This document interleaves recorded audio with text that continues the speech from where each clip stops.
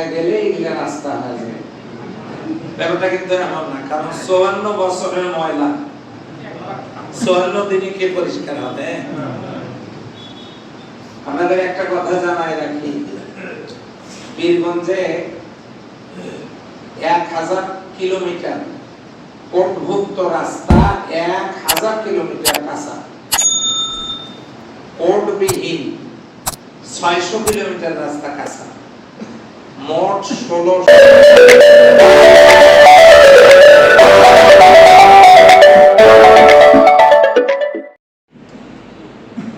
আপনারা আপনাদের মূল্যবান ভোট দিয়ে আমাকে বিজয়ী করার জন্য ভোট দিয়েছেন। আল্লাহ তাআলা আমাকে সংসদ সদস্য হিসেবে কবুল করেছেন। খুব ইচ্ছা হলো কলোনি বাজারের এলাকার ভাইদের সাথে একটু দেখা করে আসি। অবশ্য শালটি সবস দিঘি উচ্চ বিদ্যালয় মাঠে আমাদের একটা সাংস্কৃতিক অনুষ্ঠান আছে, আমি ওইটাতে যাচ্ছি। মূলত এখানে নামাজের টাইম হলো, আপনাদের সাথে সালাত আদায় করলাম। মন খারাপ করেন নাই তো? তো আমি দাঁড়ালাম হলো, আপনারা দোয়া করেছেন, রোজা করেছেন, তারপরে দান সাদকা করেছেন, যাতে আল্লাহ আমাকে বিজয় দান করেন। এই জন্য অনেকের অনেক কথা আপনারা শুনেছেন, আপনারা অনেক কষ্ট করেছেন। আমি চিরকৃতজ্ঞ আপনাদের কাছে।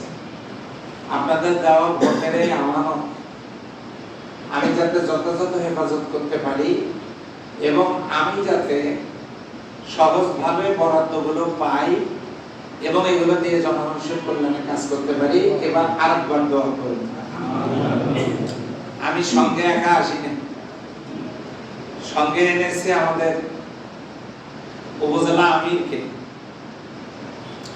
যিনি 1 নম্বর ইউনিয়নের কৃতি সন্তান অধ্যাপক মাওলানা মিজানুর রহমান। উনি আমার সঙ্গে আছেন।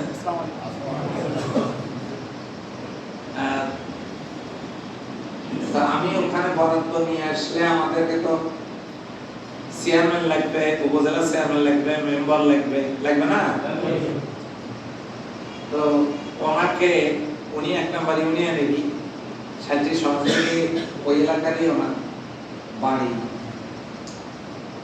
ওনাকে উপজেলা চেয়ারম্যান পদে আবার ঘোষণা দিয়েছে। এখন তো আপনারা দোয়া করবেন আমার জন্য, আমি যেন আপনাদের হক আদায় করতে পারি। দোয়া করবেন না?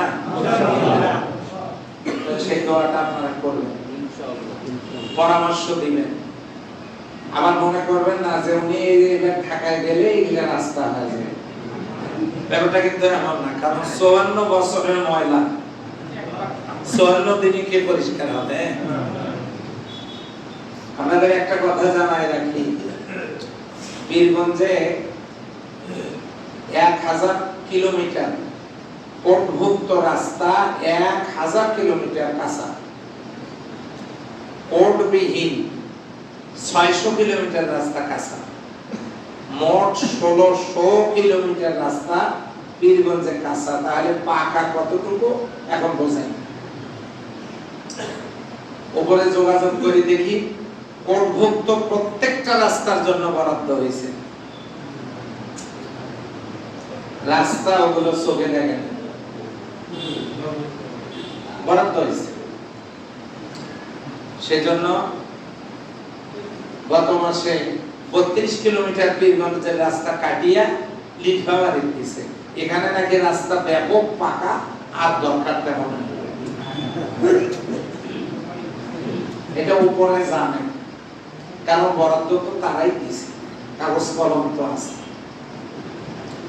এখন এই রাস্তাগুলো আবার নতুন করে ইনভেস্টিগেশন সংসদে উঠানো, ইকনেকের বৈঠকে পাস করা, অর্থ মন্ত্রণালয়ে দেওয়া, সচিবালয়ে আনা, টেন্ডার হওয়া, ডিসি কাছে আসা, উপজেলায় আনা, এরপর ঠিকাদারদেরকে বন্টন, এরপর তারা তাদের সুবিধা মোতাবেক কাজ, কতগুলো কষ্ট করে এগুলো করতে হবে আপনার